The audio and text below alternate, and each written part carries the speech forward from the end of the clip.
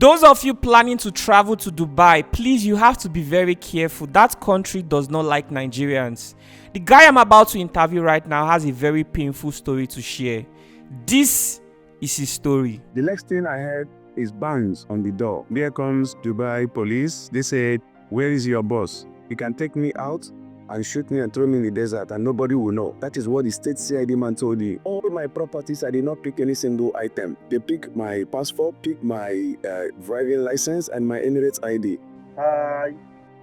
My name is Kenneth. I was unjustly deported from Dubai because I'm a Nigerian. Oh my goodness, bro, you said you were unjustly deported from Dubai to Nigeria. Can you tell us why you were deported? I left Nigeria to Dubai 2017 after I was abandoned by the Nigerian military. After I got a gunshot injury and I was left to cater for myself, I treated myself. Were you a member of the Nigerian military? Yes. The Nigerian army? Exactly. Oh, wow. So I left to Dubai with all my savings and the little property I sold to acquire some money to be able to pay for my tickets and visa, because I was making for a greener pasture. Because in the army, there's no like insurance and we're not being taken care of. No good salary, no allowances. During my time, I don't know about now, but during my time, it was messed up. So when I got to Dubai, I got a job in a company, security job. First, it was a cleaning job, and after 2 years, because Dubai over there, you get a company, they make resident visa for you for 2 years. After your employment is finished, you can renew or you can take up another job. But being a Nigerian, it was difficult because you find out that some companies, they don't hire Nigerians, they don't employ Nigerians. So yes, wow, the racism there is too much. So you will go to a job interview with some of our neighboring countries like Ghanaians, Kenyans, and Cameroonians. When you go to a job interview, you being a Nigerian, you might qualify for the job. You might have all the necessary qualifications that they need. But because you're a Nigerian, they will tell you, sorry, we don't need Nigerians. So I got a job, a cleaning job first, and I did it for 2 years, which after that, I got another job. But the job I got was security job. I was charged to pay for my own resident permit under the company. They charged me 12,000 dirham. If you check 12,000 dirham, as of then, it was like, I would say maybe 3 to 4 million naira, based on exchange rates. So when I finished, yes sir, when I finished the contract, I was looking for a job. I could not get any other job. So I had to use the money which I've saved to go and get my driving license. I have my Dubai driving license presently here with me. And the Okay, do you want to show me? Sorry? Are you with it right now? Maybe you want to show me? Yeah, I have it. Pressure you.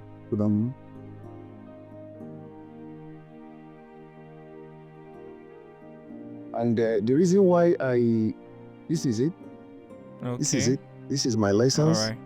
It will expire 2028. Okay. 2028, yes.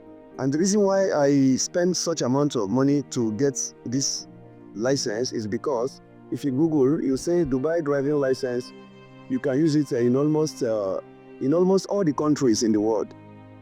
Wow. Because I had other plans, like if I work and save up a bit, I can travel to other Western world like Europe. That was why I took this license. It cost me 4-point-something million to get it.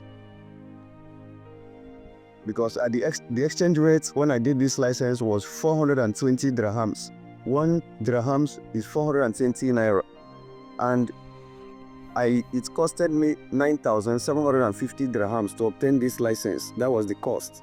So if you check 420 dirhams by 9,000, 420 naira by 9,750 dirhams, it will give you 4-point-something million.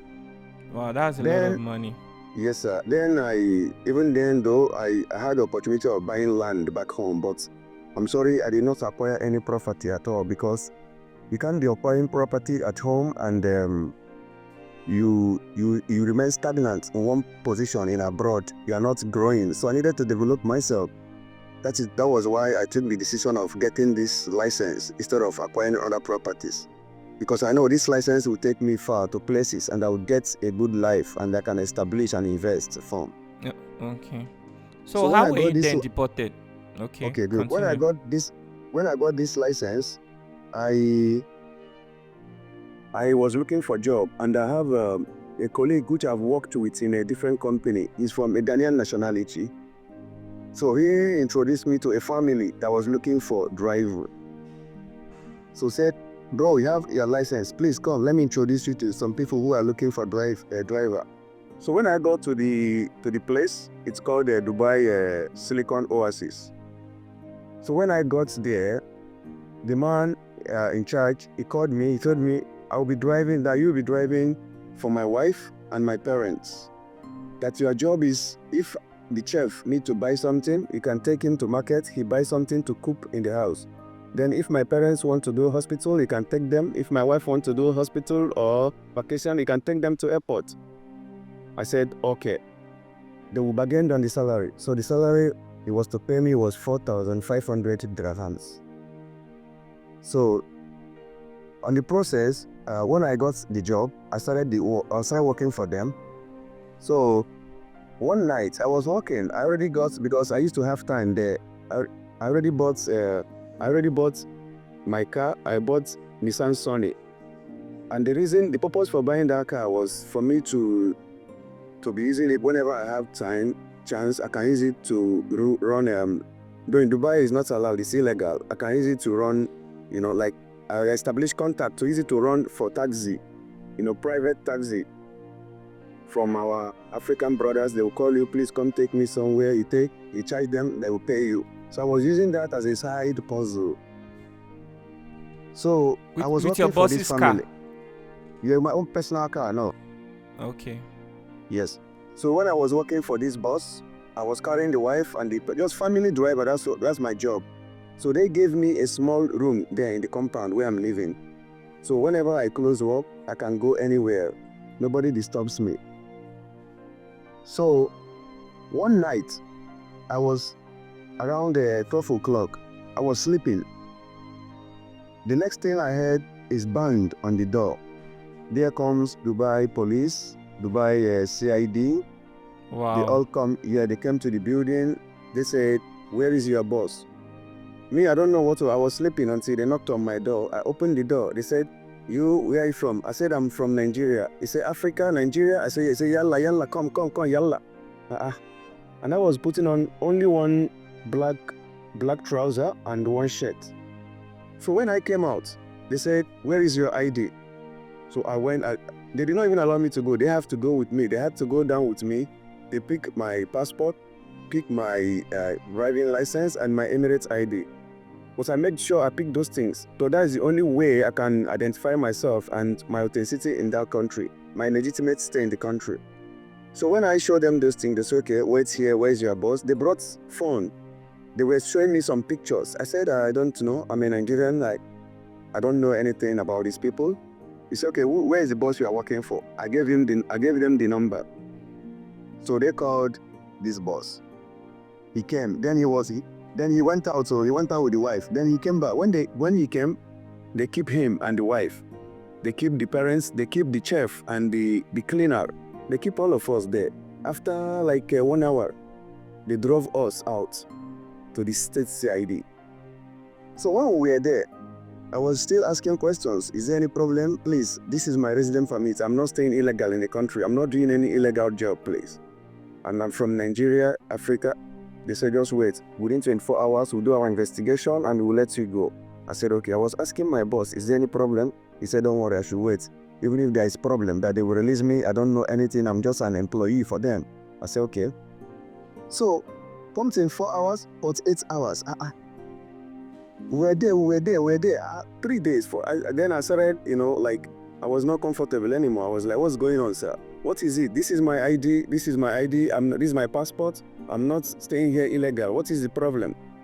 So I was actually trying to make some troubles there. Then one of them called me. The one is on white Jalavia, the white Kandura. They are the officers. So he called me to his office. He was like, what is your problem? Are you the only one that will detain here? I said, no, because I'm staying legal in this country. So while in the CID, I saw them bringing some other nationals, blacks, Africans. You understand? Blacks, Africa that doesn't have a resident permit. They're staying illegal. Some are selling alcoholic. Some are selling drinks. Some are, doing prostitution. They were bringing in people. So the man, I said, sir, please, I don't want to spend the night here. I did not commit any crime. I have all my check. I'd ask him to check my details because Dubai, they are very systematic. They're systemized, everything. He said, okay, I should wait. The next day, the same thing. I started shouting again, trying to cause trouble. The man called me to the office, telling me that, Wallah, that Qasam Billah, he can take me out and shoot me and throw me in the desert and nobody will know. That is what the state CID man told you. That I should just respect myself and keep quiet and wait. When they are done, they can discharge all of us. I was there, I stayed there for 1 week.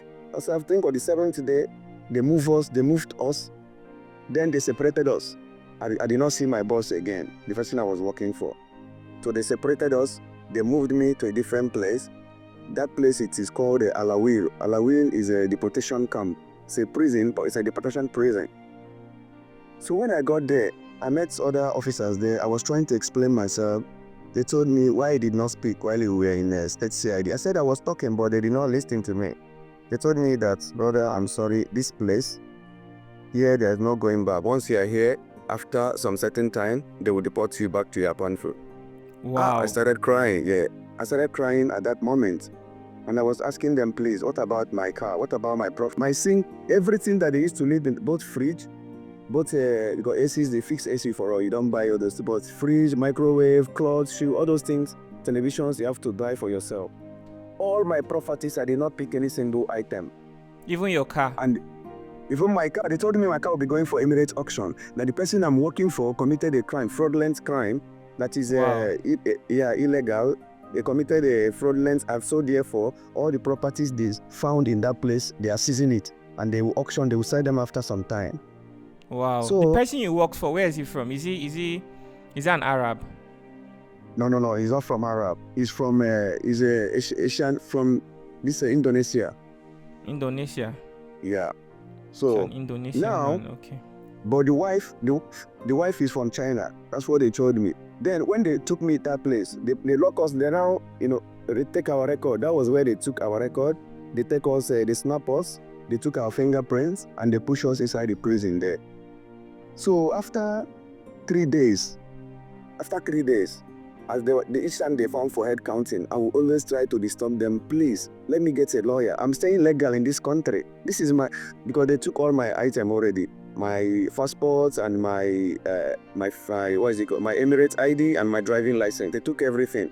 I said, if you check in the saving box, there's a tag they give us as prisoners. I said, this is my tag and my number. Check, you see, I have every valid document in this country. Check my record. I've never committed any crime. They told me, okay, I should wait, don't worry, I should wait. It's because each time it's different people that used to come to do the head count. Each time they change the guard, So then I said, okay, whatever that will be, let it be. Since you guys want to deport me, no problem. Let me acquire my properties back. So I started trying to make drama there. So after the head count, they want to close the door. I hold the door. So he made call through the intercom, like through the radio, talking. So he called some of his colleagues. 3 of them, they came off there, they brought me out. So when they took me out, inside like a detention room like that, so they were asking me questions. I tried to explain myself. They told me, brother, I'm sorry. That's the one I was talking to told me, I wish there is a way I can help you. But I'm sorry, I cannot help you. Please, just keep quiet so that you not suffer more. Then he asked me, do you want to go to Chaga prison? Me, I've not been to Dubai police. I don't know what how it looks. It was like, do you want to go to Chaga prison? Because if you continue like this, they might remove you from here and take you to Chaga prison. So maybe that one would be a worst case. I don't know. So after that, I was throughout my journey in that cell in the prison, I was just crying, begging, praying to God, say, please, God, help me. I have not committed any crime. I was just being employed. If they were committing any crime, I didn't know. I was just an employee that is based on salary. I don't know whatever thing that they are doing. So my brother, that is this month now being May, this is complete 1 year that I was deported from Dubai. This month makes it 1 year that I was deported. And ever since then, so when I came back, I was doing exchange. I was doing this Bureau de change. I had accounts in Dubai, and I have a, like this app they used to send money. So whenever some people that are working, whenever they receive their salary, some of them come to me, in my branch where I stay. So I'm a hustler. I just try to make a good life for myself, but legit one. So when they give me money, I send to Naira. They give me the hard currency. I send them in Naira. I used to have Naira, like Naira. Then there's a way we do it. I transfer from my Dubai to my Naira. They give me. I have like percentage. If money is being sold at the rate of 500, if they give me to send for them, I will send for the rate of 460 or 450. So the remaining 50 on top will be my own bonus. But that's how it's done everywhere, just like exchange rate, Yeah, I understand. Yeah, so I'm adding that also as my hustle. So then, it was month end on the 9th of May. Month already ends. So I already collected money from people I've already sent. I was having cash with me in my room, on top of my fridge when these people picked me with my phones. Because in this life, I had plans already. Each time I go out, I get small Android phone, I buy 100 dirhams, 150, 200, I keep in my bag. That's each time, whenever I want to go for vacation, even shoes, wristwatch, chains. So if I come home, I can share to people back home. So I had 8 Android phones that I already bought. I bought those phones that each time, whenever I come back, at least I can share to relatives and friends. So all those items, I just lost everything. Me, I don't use Apple phone. I don't use Apple, but a friend of mine gave me an Apple phone. The Apple phone he gave me is iPhone 12 Pro Max, and I've never opened it.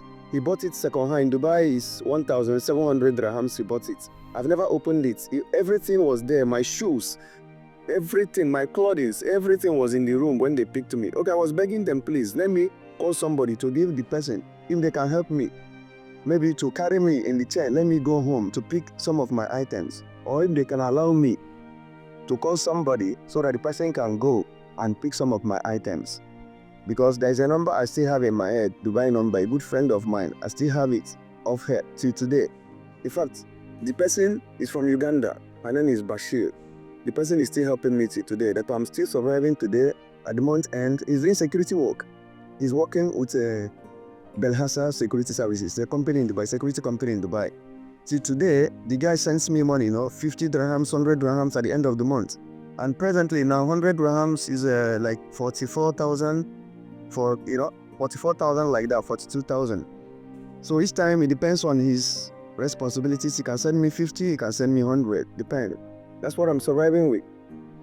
So Dubai, just for being a Nigerian, yes, because if I was not to be a Nigerian, I'm sure they will look into my case. What about your boss? I mean, the person that was involved in the fraudulent activity. What happened to him? What was his case? Was he deported back to his own country? Okay, thank you. Now, this phone I'm using to record now, it is iPhone X. That is the only property that I was able to took with me from Dubai. And I didn't even know, I could have took other things if I knew, but I thought maybe I was coming back to the house. So my phone, this phone now, my boss's number is still in this phone, but today, when I came back, I've been texting, I've been calling. The number is not going through. Even on WhatsApp, it just blank, like they removed it from WhatsApp. But I believe he was not deported, because if he was deported, by now he should be open at least. I don't know. I can't give account of his whereabouts. Did you report this to the embassy here in Nigeria? What happened to you? Okay, when I came back in Lagos, the immigration personnel, they were there, were asking what happened, we were deported. In my deportation case, they wrote, I have a lost passport. This is my passport. I have my passport with me. See, passport that was issued to me, you see, in Abu Dhabi, UAE. You see, this is my residence. This is my resident permit. It will expire. When will it expire? 20th June 2025. 20th June 2025. It will expire next month, June. And I was deported May last year. You see? Yet they claim that your passport was misplaced. That was why you were deported.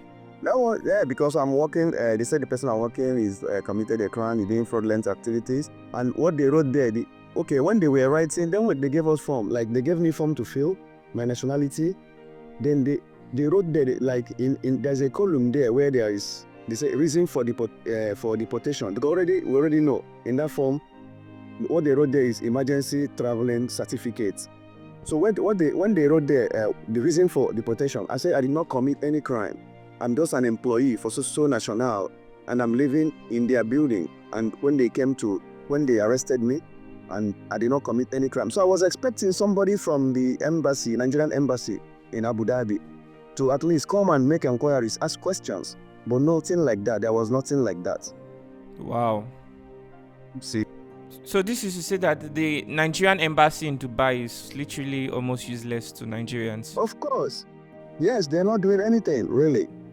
They're fruitless. Okay, now when I got home, the immigration personnel were like, Nigerians have so many problems in Dubai, and they have problem with Nigeria. They're not even giving us visa. They are deporting Nigerians, which that was not what I was expecting from them. At least call me and write my details or fill in some forms like, okay, what did you do? Take it off from there.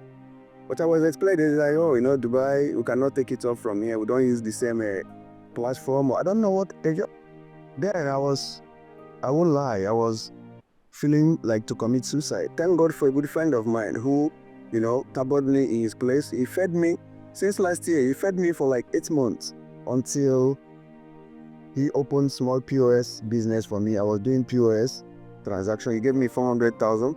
I was doing, and that's my friend I told you in Dubai. He sent me 200,000 as well.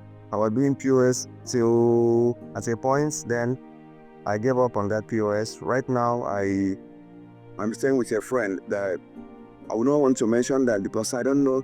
There is no job I have not done in this country. I have pushed wheelbarrow. I have did Okada rider. I have this town service bus. I have done it. And I know how much I realized even when I was pushing wheelbarrow and I was doing Okada job. At the end of the month, if I calculate it to more than 90,000.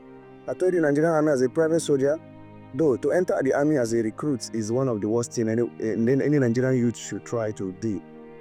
Because then my salary was 47,000, from 47,000 to 49, like that, which is nothing as a soldier, pride of the nation.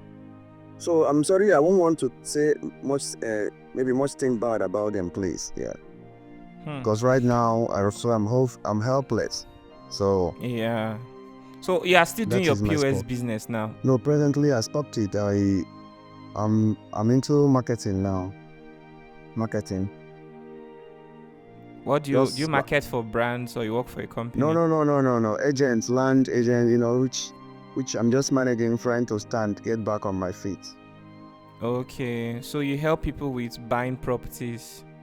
Oh, just somebody that I have just one partner that whenever they told him, whenever he gets information about me, he forward to me, and I send also Facebook, WhatsApp, I post on my status as well. Okay, for people that are interested to buy, then you get your own percentage. Exactly, yes, yeah. I'm so sorry about your experience. Your story just got me for a moment. I had to put myself in your shoe. Actually, I will tell you, see, I'm sorry I have to mention these names. Like when I came back, I swear to God, I nearly committed suicide. I won't lie. I have to mention names. There is no content or an influencer you mention the name here that I've never texted. Be it Okulo Randibo, be it Very Dark Man, be it even David Udu, Don Jazzy, even Victor Boniface, Blessing CEO, what's the name? Edo Pikin, Ray Worry Pikin. Like I've almost, sorry if I don't, I can't remember.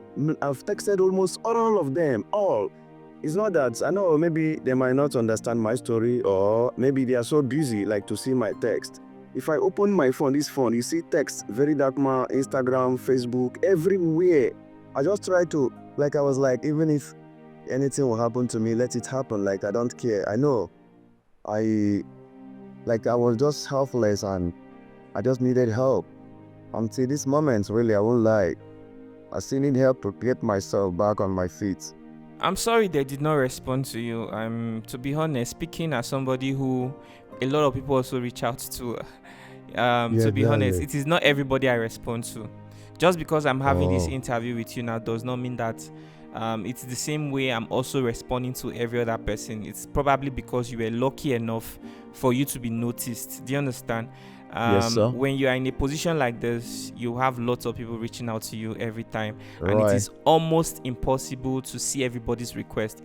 And even if I, you re- see certain people's requests, there are some of their requests that you know it will not be easy for you to help them. I It really happens a appreciate you. lot. So I please, really, you I don't really have to feel. appreciate you. Appreciate your time, please. I really appreciate what you do. God bless you so much. Thank you. Yeah, you Thank don't you. have to feel, you don't have to feel bad, okay?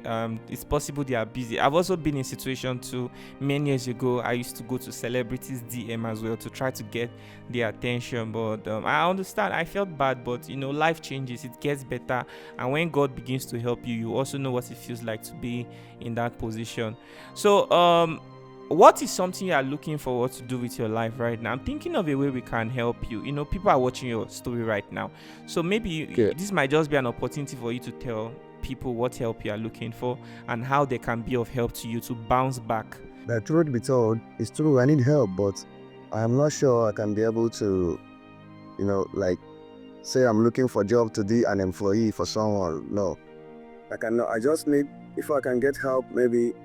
If I say finance, yeah, good, because I know with finance I can establish myself. I can engage myself into something, because at this age it's so bad. I know how to drive, and also how to yeah. But I am just being myself, waiting on God for something reasonable. Like if I have money now, if I have sponsor now, I can even go back to school. I'm sorry, I'm not a graduate.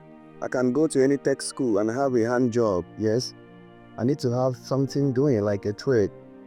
So if there's an opportunity for you to get a practical skill, you'll be very, very happy to that. If there's still an opportunity for you to still get some money to start a business or get a car that you can use to hustle, you'll be very happy for these opportunities. Is that Or what if you're I can saying? get a car, if I can even get a car to do Iba, I will be very happy, I swear to God. At least Okay. I know from there I will meet up people as well, and I can build myself back again. I'm just here thinking, how do we help this man? What, brothers and sisters, you've heard his story yourself. It's a very sad one, and apparently someone like this, he needs help because it is not easy to lose everything you have and start life from afresh. And this is something that can happen to just anybody. Sometimes we feel confident that the decision we are making is the right one and it will be the one that will change our lives for good. But you see, unfortunately, we are humans and we can't see the end of the road. We don't know where that decision will lead us to. So, some of you are at the point in your life where it seems like you have figured life out, but you see, no matter how tall a man is, he can never see tomorrow.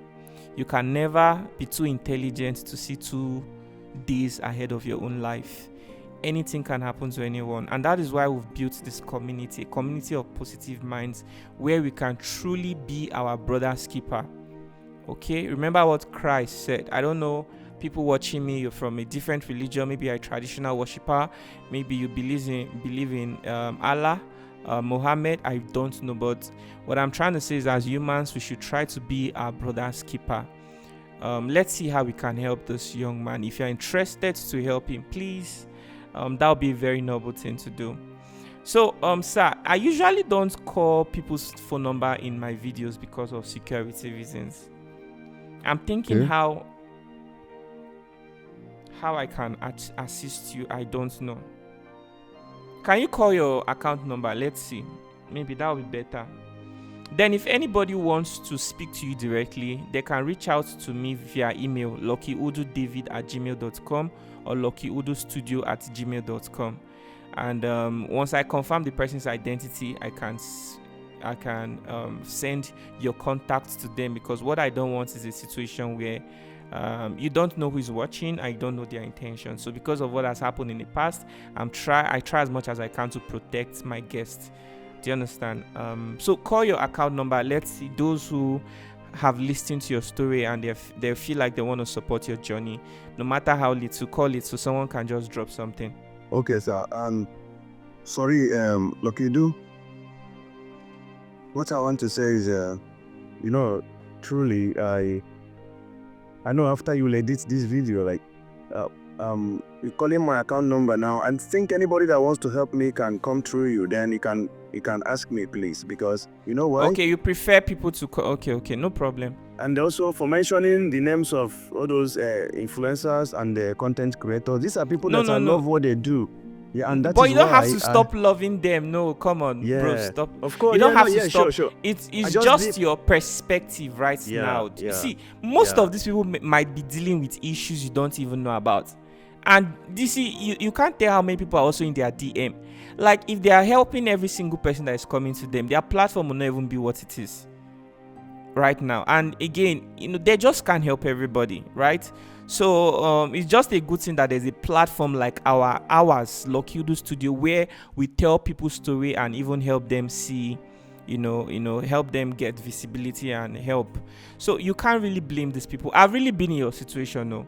There was a time that life was so frustrating to me. I went innocently, I was naive, thinking that just because somebody is popular, that they will be in the right position to help me. But you see, as somebody who have gotten to the point where I have, let's say, 100 million people watching me every month, I can tell you something, bro.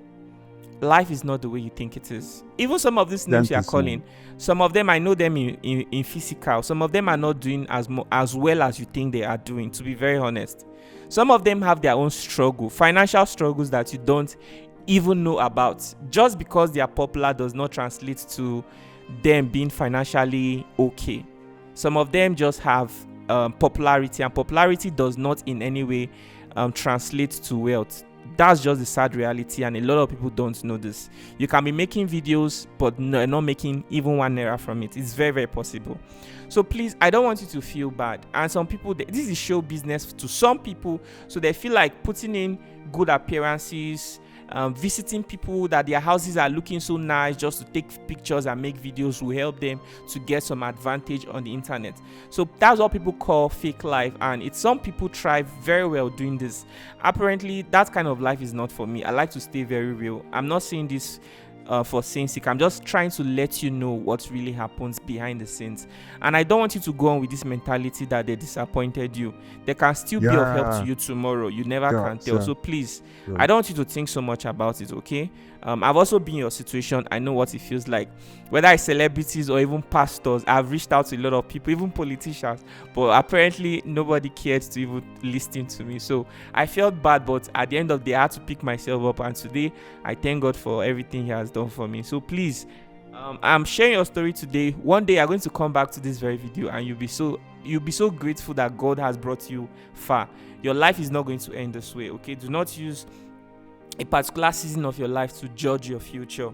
No matter how tiny a seed is, you can never tell how mighty the tree will be once it's planted. So pray that God is going to plant you. He's going to give you chance for a fresh start. That is just my prayer for you.